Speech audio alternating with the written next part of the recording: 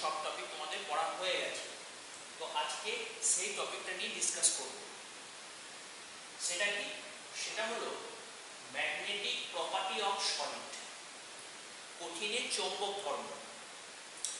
একটা কঠিন পদার্থের চৌম্বক ধর্ম কেমন হয় সে বিষয় নিয়ে আমরা আলোচনা করব। এর আগের দিন আমরা কঠিনের তড়িৎ ধর্মটা আলোচনা করেছিলাম, আজকে চৌম্বক ধর্মটা আলোচনা করব। তো দেখো, তোমরা জানো যে কোনো কঠিন পদার্থে পদার্থ গঠনকারী যে কণাগুলো থাকে, সেটা পরমাণু হতে পারে, আয়ন হতে পারে, অণু হতে পারে, তাতে প্রচুর সংখ্যক ইলেকট্রন থাকে।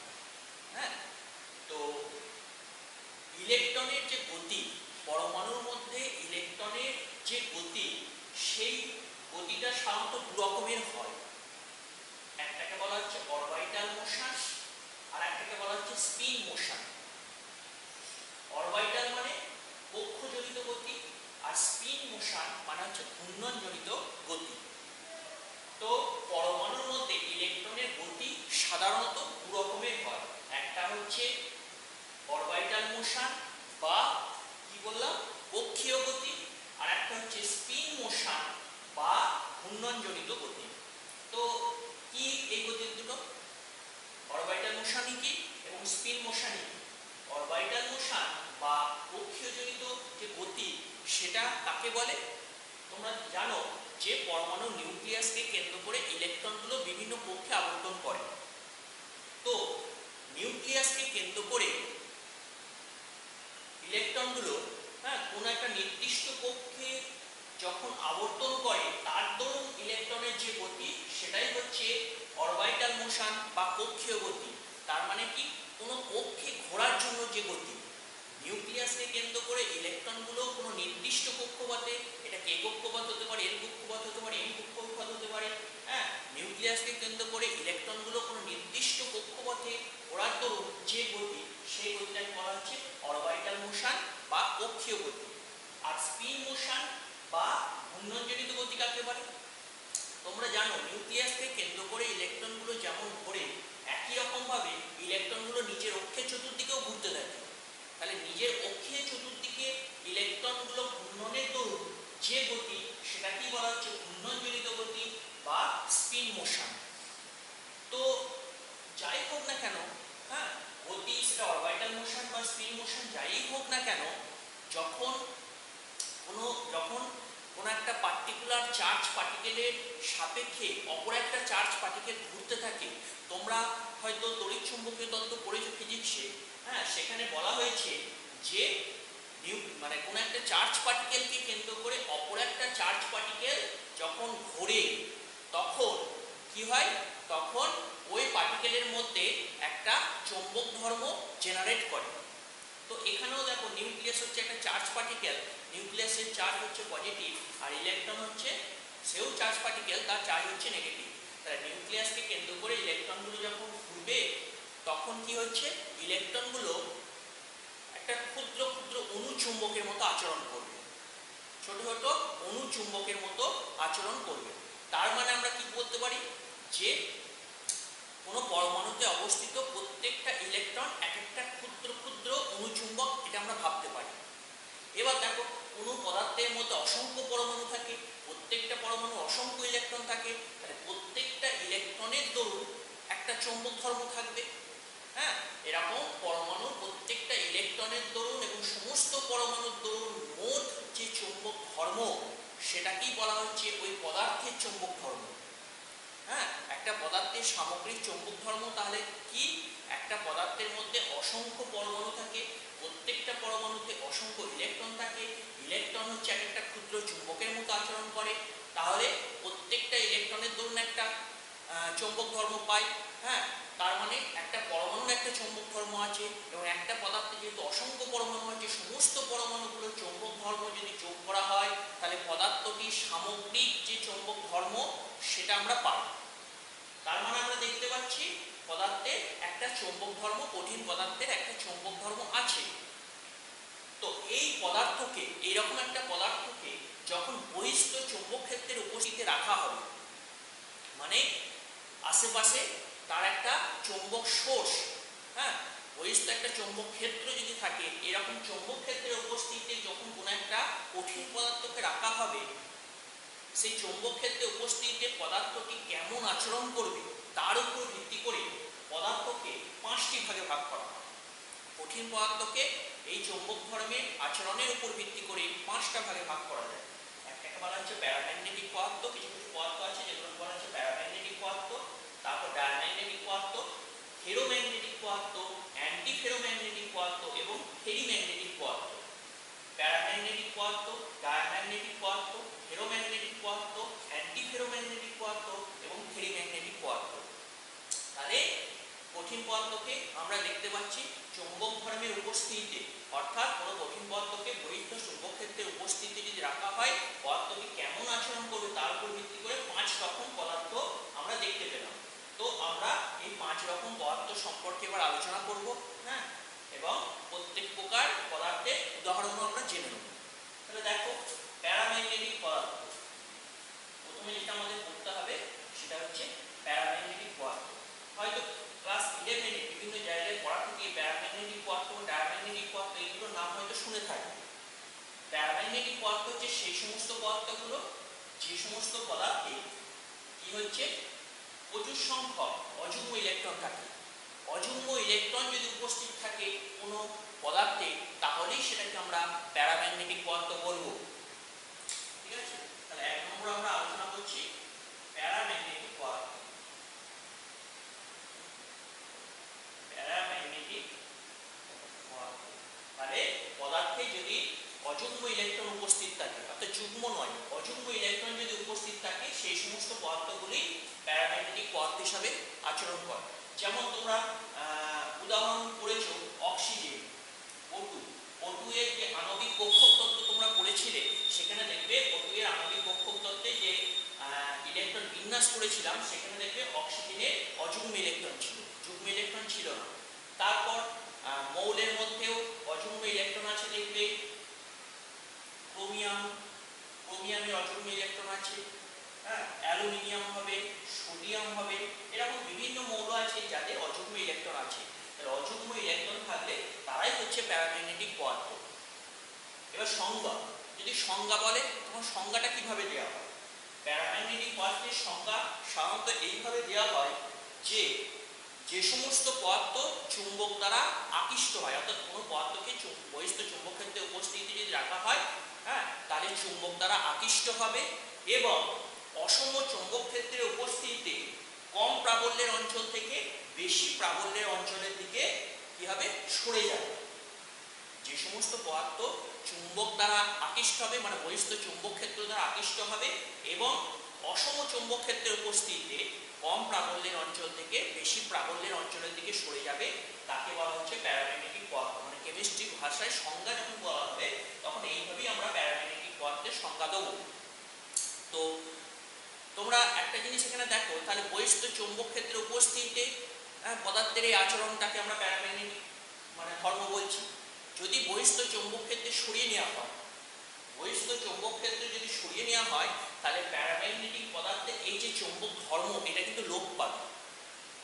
প্যারাম্যাগনেটিক পদার্থের চুম্বক ধর্মটা কেবলমাত্র বহিস্থ চুম্বক ক্ষেত্রে উপস্থিতিই দেখা যায়। যখন চুম্বক ক্ষেত্রে সরিয়ে নেওয়া হবে তখন প্যারাম্যাগনেটিক পদার্থের চুম্বক ধর্মটা কিন্তু লোপ পাবে। এটা হচ্ছে একটা প্যারাম্যাগনেটিক পদার্থের গুরুত্বপূর্ণ বৈশিষ্ট্য, যে চুম্বক ক্ষেত্রের উপস্থিতি এর চুম্বকত্ব ধর্মটা দেখায়। ঠিক আছে, তো এই হচ্ছে প্যারাম্যাগনেটিক পদার্থ। কাকে বলে সংজ্ঞা কিভাবে বুঝবো? আমরা তার ইলেকট্রন বিন্যাস করলে যদি অযুগ্ম ইলেকট্রন থাকে, সেই অযুগ্ম ইলেকট্রন যদি আমরা তার উপস্থিতি দেখতে পাই, তাহলে সেটাকে প্যারাম্যাগনেটিক পদার্থ বলবো। নাম্বার 2 হচ্ছে ডায়াম্যাগনেটিক পদার্থ। ডায়াম্যাগনেটিক পদার্থ, ডায়াম্যাগনেটিক পদার্থ, তো এর হয়তো নাম শুনে থাকবে। ডায়াম্যাগনেটিক পদার্থ কাকে বলে?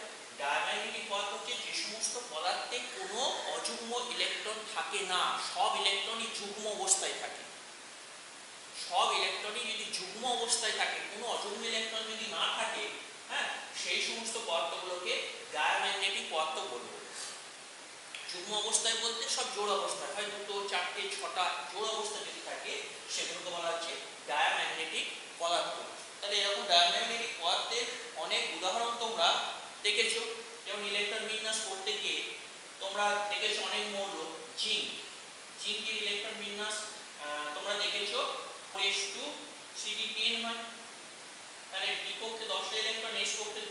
সব যুগ্ম, হ্যাঁ সব যুগ্ম অবস্থায় আছে। তাহলে জিঙ্ক হচ্ছে একটা ডায়াম্যাগনেটিক পদার্থ যেহেতু কোনো অযুগ্ম ইলেকট্রন নেই, ঠিক আছে। তো এরকম অনেক পদার্থ আছে যাদের ইলেকট্রন বিন্যাস করলে দেখবে, হ্যাঁ, যে সব যুগ্ম ইলেকট্রন আছে, যুগ্ম অবস্থায় ইলেকট্রনগুলো আছে, হ্যাঁ, সেগুলোই হচ্ছে সব ডায়াম্যাগনেটিক পদার্থ। জিঙ্ক, বিসমাথ আছে, হ্যাঁ, বেঞ্জিন আছে, কপার আছে, এরকম অনেক পদার্থ আছে যেগুলো হচ্ছে ডায়াম্যাগনেটিক পদার্থ। আচ্ছা, তাহলে এইভাবে আমরা দেখে বুঝবো, ইলেকট্রন বিন্যাস থেকে দেখে আমরা সহজেই বুঝতে পারবো কোন পদার্থ ডায়াম্যাগনেটিক হবে না প্যারাম্যাগনেটিক হবে। ডায়াম্যাগনেটিক সংজ্ঞাটা কিন্তু অন্যরকম ভাবে দেওয়া হয়। যখন ডায়াম্যাগনেটিক পদার্থের সংজ্ঞা দিতে বলবে তখন এইভাবে বলা হয় যে ডায়াম্যাগনেটিক পদার্থ হচ্ছে সেই সমস্ত পদার্থগুলো যারা বহিস্থ চুম্বক ক্ষেত্র দ্বারা বিকর্ষিত হয়। মানে পদার্থটিকে যদি চৌম্বক ক্ষেত্রের উপস্থিতিতে রাখা হয় তাহলে চৌম্বক ক্ষেত্র দ্বারা বিকর্ষিত হবে এবং বেশি প্রাবল্যের অঞ্চল থেকে কম প্রাবল্যের অঞ্চলের দিকে সরে যাবে। মানে প্যারাম্যাগনেটিকের ঠিক উল্টো দেখো, এটা হচ্ছে চৌম্বক ক্ষেত্রে বহিস্থ চৌম্বক ক্ষেত্র দ্বারা বিকর্ষিত হবে এবং কি বেশি প্রাবল্যের অঞ্চল থেকে কম প্রাবল্যের অঞ্চলের দিকে সরে যাবে, যেটা প্যারাম্যাগনেটিক পদার্থের ক্ষেত্রে কিন্তু উল্টো ছিল। তাহলে এটাকে একটু খেয়াল রাখতে হবে, এইভাবে সংজ্ঞাটা আমাদের দিতে হবে। তো এই হলো ডায়াম্যাগনেটিক পদার্থ। প্যারাম্যাগনেটিক এবং ডায়াম্যাগনেটিক পদার্থ খুব সহজেই চেনা যায়, যেহেতু অযুগ্ম ইলেকট্রন আমরা যদি দেখি অর্থাৎ ইলেকট্রন বিন্যাস যদি করি তাহলেই আমরা প্যারাম্যাগনেটিক পদার্থ এবং ডায়াম্যাগনেটিক পদার্থ খুব সহজেই চিনতে পারি। কিন্তু যেগুলো যে তিনটে বাকি যে তিনটে আছে সেই তিনটে কিন্তু সহজে দেখে বোঝা যায় না, এদের ধর্ম, হ্যাঁ, বিচার করে বা এরা কেমন কি আচরণ প্রদর্শন করে সেটা আলাদা করে এক্সপেরিমেন্ট করে তবে আমাদের বুঝতে হবে। এমনি আমরা ইলেকট্রন বিন্যাস করে কিন্তু সহজে বুঝতে পারি না। তো এরকম যে আর বাকি তিনটে পদার্থ আছে তার মধ্যে, হ্যাঁ, একটা হচ্ছে 3 নম্বর ফেরোম্যাগনেটিক পদার্থ। ফেরোম্যাগনেটিক পদার্থ,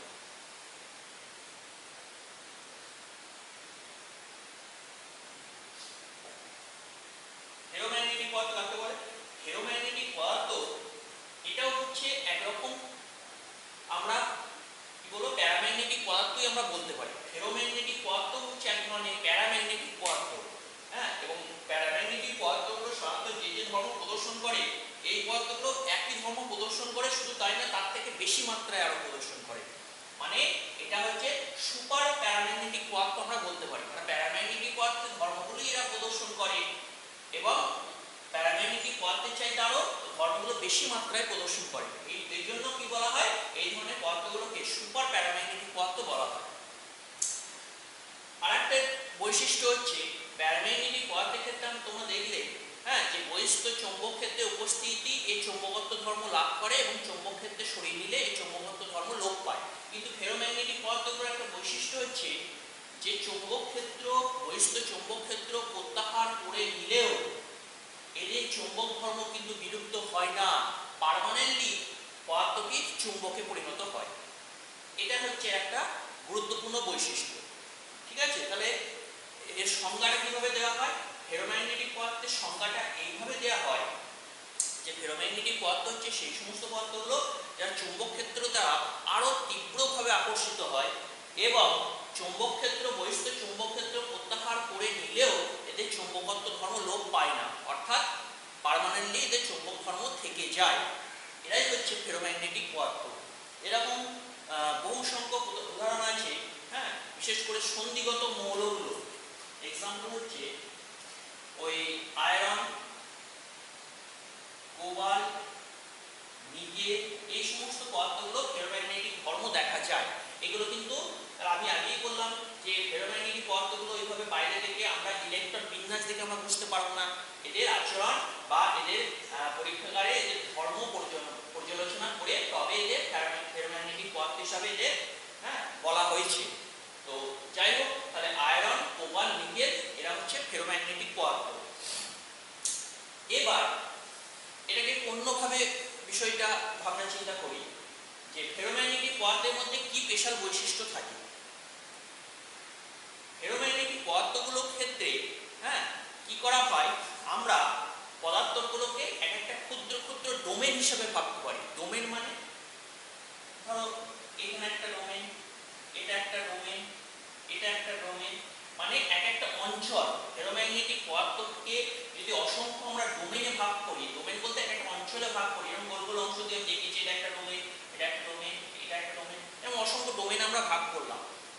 ভাগ করা হয়, হ্যাঁ, প্রত্যেকটা ডোমেনে কিন্তু অসংখ্য পরমাণু আছে।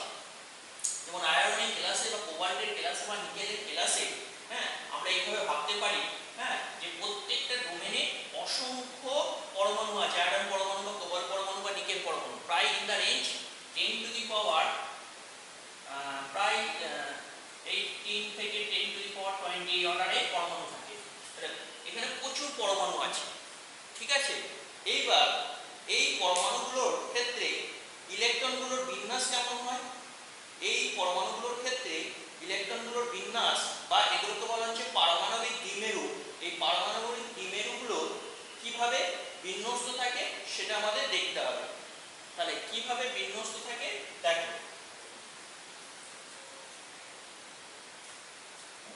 চৌম্বক ক্ষেত্রে উপস্থিত এই যে পারমাণবিক দ্বিমেরু বলতে প্রত্যেকটা পরমাণুতে তো ইলেকট্রন আছে। এবার ইলেকট্রনগুলো ধরুন যে চৌম্বক ভ্রামক, প্রত্যেকটা ইলেকট্রনের ধরুন যে চৌম্বক ভ্রামক, হ্যাঁ, সেই চৌম্বক ভ্রামকের অভিমুখটা কেমন থাকে সেটাকে আমরা বলছি পারমাণবিক দ্বিমেরু। তো অভিমুখটা কেমন থাকে দেখো, চৌম্বক ক্ষেত্রে উপস্থিতি ফেরোম্যাগনেটিক পদার্থগুলোর চৌম্বক ভ্রামণের অভিমুখগুলো একই দিকে হয়ে যায়।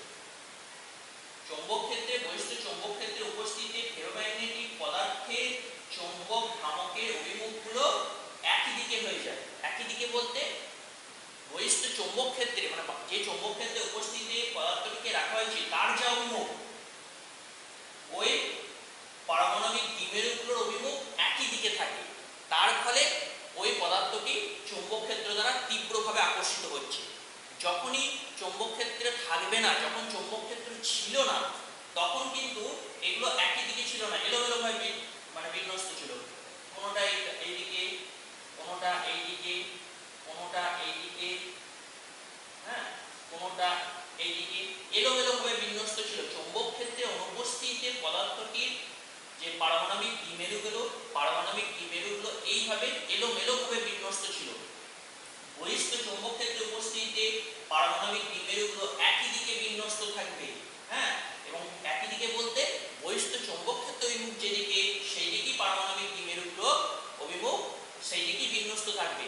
যার ফলে এই ধরনের পদার্থগুলো কি হয়, চৌম্বক ক্ষেত্র দ্বারা তীব্রভাবে আকর্ষিত হয় এবং চৌম্বক ক্ষেত্র প্রত্যাহার করে নিলেও কিন্তু তখন এই যে বিন্যাসটা এটা নষ্ট হয় না, এইভাবেই থেকে যায়।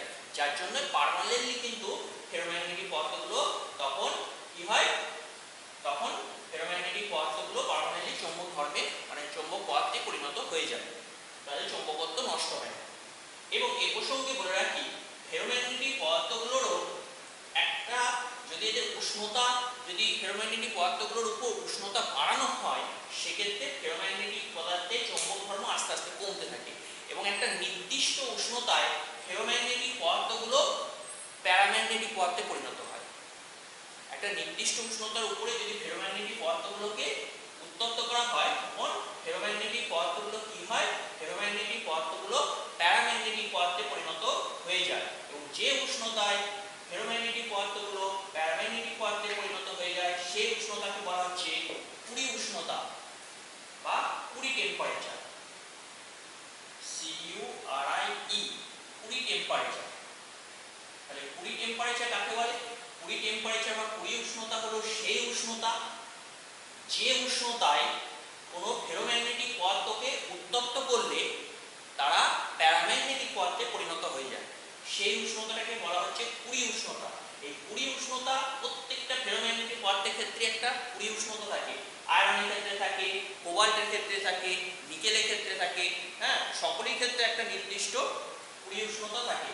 আয়রনে যেমন হচ্ছে 1033 কেলভিন, হ্যাঁ, 1033 কেলভিন। এই উষ্ণতায় যদি আয়রনকে উত্তপ্ত করা হয়, তাহলে এ কি হবে, এই আয়রন যে ফেরোম্যাগনেটিক পদার্থ হিসেবে আচরণ করছিল, এই তখন প্যারাম্যাগনেটিক পদার্থে পরিণত হয়ে যাবে। এবং এর ক্ষেত্রে এরকম গ্রাফিক্যালি এইভাবে দেখানো হয়, একটু দেখিয়ে দিই। এটা এই কায়ের সাথে যদি কি প্লট করা হয়, কাইটা হচ্ছে ম্যাগনেটিক সাসসেপ্টিবিলিটি, ম্যাগনেটিক সাসসেপ্টিবিলিটি, হ্যাঁ, ম্যাগনেটিক সাসসেপ্টিবিলিটি মানে কি, সাসসেপ্টিবিলিটি, ম্যাগনেটিক সাসসেপ্টিবিলিটি মানে হচ্ছে বাংলা করলে দাঁড়াবে যে চৌম্বকীয় মানে কি বলবো মানে কোন একটা পদার্থ কতটা বহিস্থ চৌম্বক ক্ষেত্রকে কতটা ফিল করতে পারে, বহিস্থ চৌম্বক ক্ষেত্রের প্রতি কতটা মানে কতটা তার প্রতি আচরণ ধর্ম দেখায়, বহিস্থ চৌম্বক ক্ষেত্রে কতটা সাসসেপ্টিবল, কতটা তার প্রতি আচরণশীল, হ্যাঁ, সেটাকে বলা হচ্ছে ম্যাগনেটিক সাসসেপ্টিবিলিটি কাই। এটাকে এই চিহ্নটাকে বলা হয় কাই। আর এটা হচ্ছে টেম্পারেচার। তাহলে উষ্ণতার সঙ্গে আমরা ম্যাগনেটিক সাসসেপ্টিবিলিটি প্লট করছি। তো ফেরোম্যাগনেটিক পদার্থের ক্ষেত্রে এই প্লটটা হয় এরকম।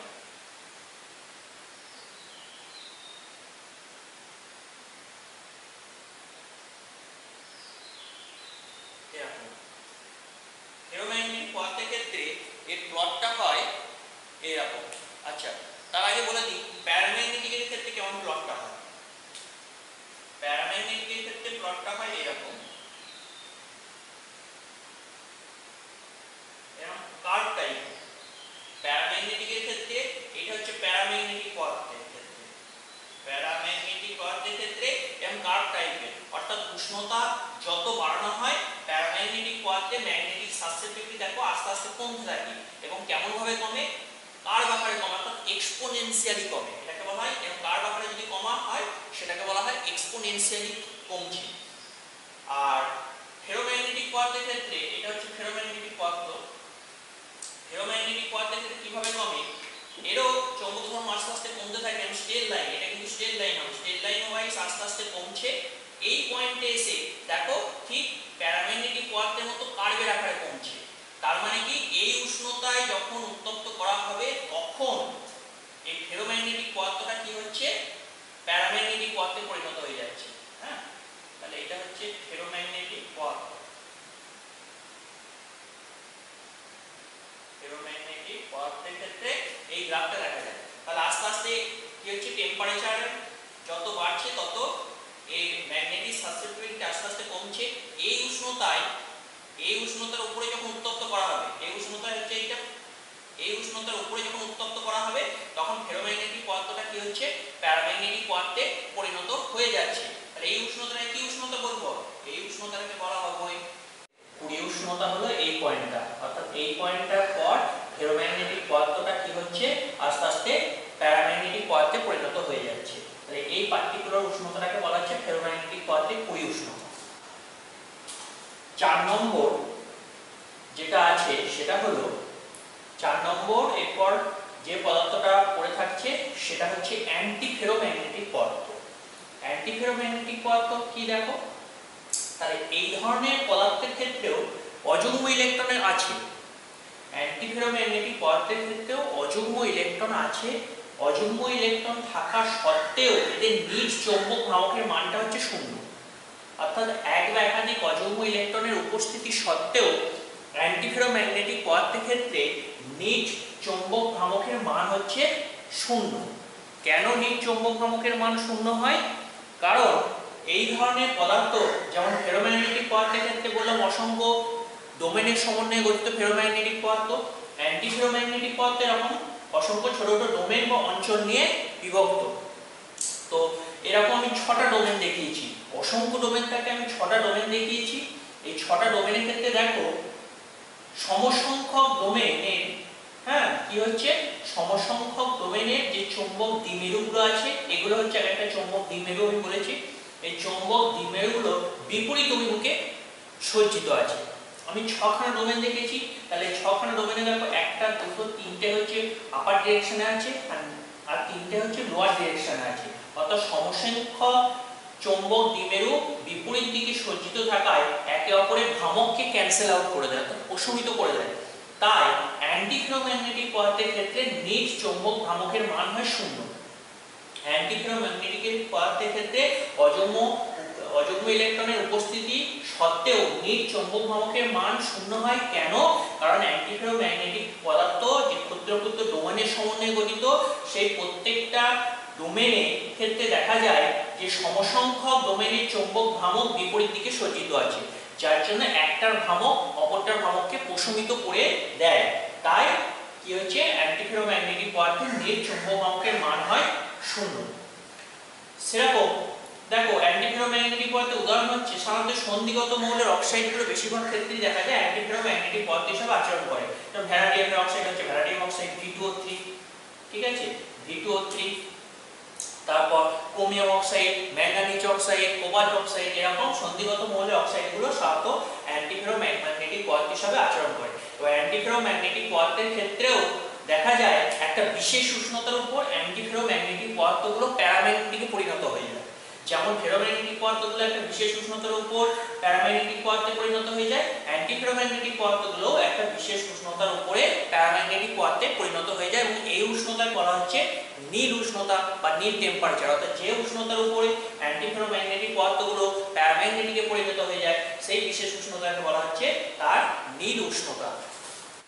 তাহলে দেখো অ্যান্টিফেরোম্যাগনেটিক পদার্থের ক্ষেত্রে নীল উষ্ণতাটা কি?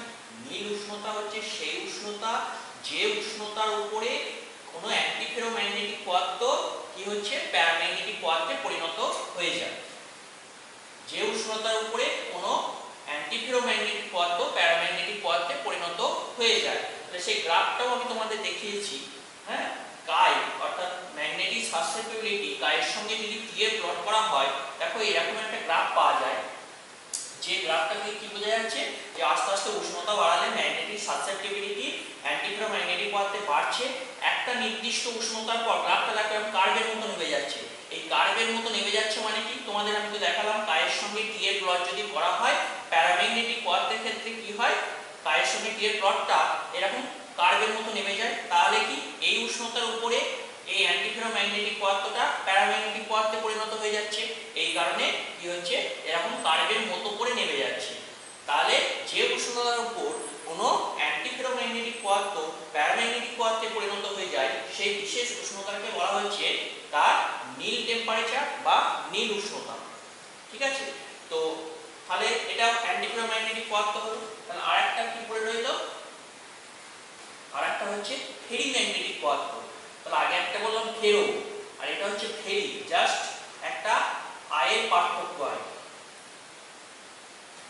তাহলে 5 নম্বর যে পদার্থটা আলোচনা করছি সেটা হচ্ছে ফেরিম্যাগনেটিক পদার্থ। FERRIMAGNETIC, ferrimagnetic. ফেরিম্যাগনেটিক পদার্থ কাকে বলে? দেখো ফেরিম্যাগনেটিক পদার্থ হচ্ছে সেই সমস্ত পদার্থ যাদের ক্ষেত্রে কি হয়, যাদের ক্ষেত্রে ইলেকট্রন কিন্তু প্রচুর আছে। এই সমস্ত পদার্থে ইলেকট্রন কিন্তু প্রচুর আছে, কিন্তু প্রচুর সংখ্যক ইলেকট্রনের উপস্থিতি থাকা সত্ত্বেও এদের নিজ চৌম্বক ভ্রামকের মান হচ্ছে অপেক্ষাকৃত কম।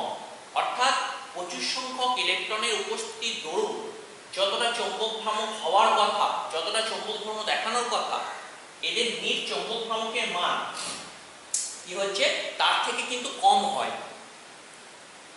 তাহলে ফেরিম্যাগনেটিক পদার্থ হচ্ছে সেই সমস্ত পদার্থগুলো যাতে প্রচুর সংখ্যক ইলেকট্রন থাকে, কিন্তু প্রচুর সংখ্যক ইলেকট্রন থাকা সত্ত্বেও নিজ চৌম্বক ভ্রামকের মান কম হয়, সেই সমস্ত পদার্থগুলোকে বলা হচ্ছে ফেরিম্যাগনেটিক পদার্থ।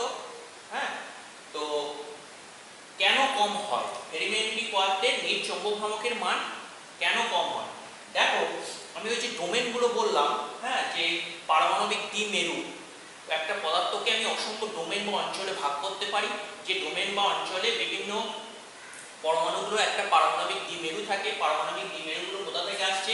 ওই ইলেকট্রনের যে ধর্ম, সেই ইলেকট্রনের চৌম্বক ধর্ম থেকে আসছে পারমাণবিক দ্বিমেরুগুলো। তো পারমাণবিক দ্বিমেরুগুলো ফেরিম্যাগনেটিক পদার্থের ক্ষেত্রে কিভাবে বিন্যস্ত থাকে দেখো আমি 6টা দেখাচ্ছি। ধরো 6টা ডোমেন করেছি। এই পারমাণবিক দ্বিমেরু ধরো 4টে উপর দিকে, 2টো নিচের দিকে আছে।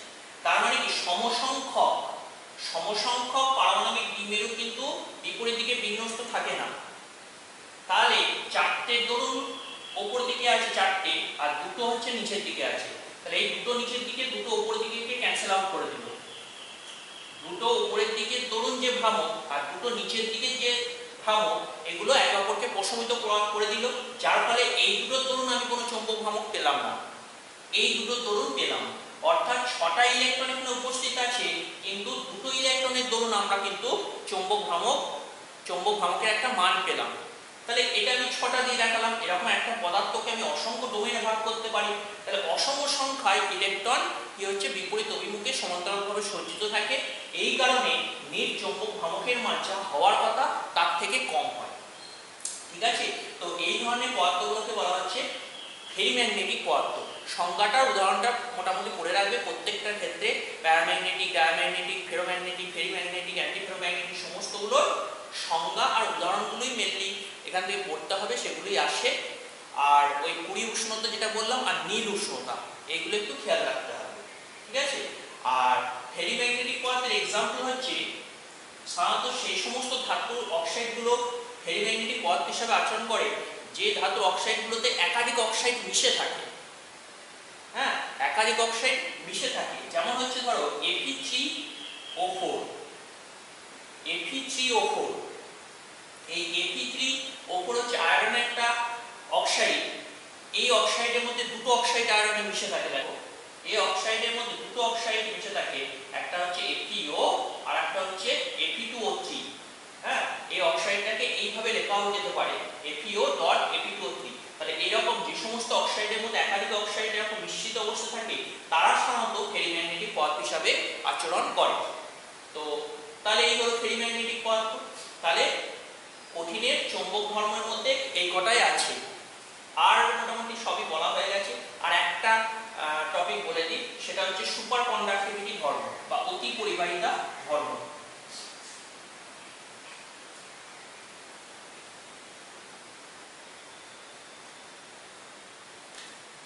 সুপার কন্ডাক্টিভিটি,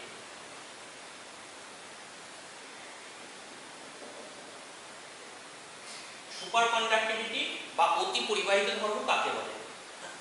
নাম শুনি বুঝতে পেরেছো যে সুপার কন্ডাক্টিভিটি অর্থাৎ কন্ডাক্টিভিটি যা প্রদর্শন করে তার থেকেও বেশি সুপার। অতি পরিবাহিতা হচ্ছে, অতি পরিবাহিত ধর্ম পদার্থের হচ্ছে সেই ধর্মটা যে ধর্মের জন্য পদার্থটি তড়িৎ পরিবাহিতা খুব বেশি হয়। তাহলে একটা পরিবাহী তড়িৎ পরিবাহিতা কখন বেশি হয়? যখন ওই পরিবাহীর মধ্যে রোধের মানটা কম হয়। রোধের সঙ্গে পরিবাহিতার ব্যস্তানুপাতিক সম্পর্ক, রোধ কম হলে পরিবাহিতা বেশি হয়। তাহলে সুপার কন্ডাক্টিভিটি ধর্ম একটা পদার্থ তখনই প্রদর্শন করে যখন ওই পদার্থের মধ্যে যে রোধ অর্থাৎ পরিবাহীর মধ্যে যে বাধা সেটা অলমোস্ট নীল, শূন্য। পরিবাহী রোধটা যখন প্রায় শূন্য হয় তখন সেই পদার্থটা অতি পরিবাহিতা ধর্ম দেখায়, মানে খুব বেশি তড়িৎ পরিবাহিতা ধর্ম দেখায়। তো এই ধর্ম সমস্ত পদার্থের ক্ষেত্রে দেখা যায় না, সাধারণত দেখা গেছে ধাতুগুলো একটা খুব লো টেম্পারেচারে, মানে ওই মোটামুটি ওই 2 কেলভিন কি 3 কেলভিন, 2 কেলভিন কি 3 কেলভিন খুব কম উষ্ণতায় ধাতুগুলো সুপার কন্ডাক্টিভিটি ধর্ম দেখায়। এছাড়াও কিছু কিছু যৌগ আছে, জৈব যৌগ বিশেষ করে, যারা মোটামুটি লেস দ্যান 5 কেলভিন টেম্পারেচারের নিচে এই সুপার কন্ডাক্টিভিটি ধর্ম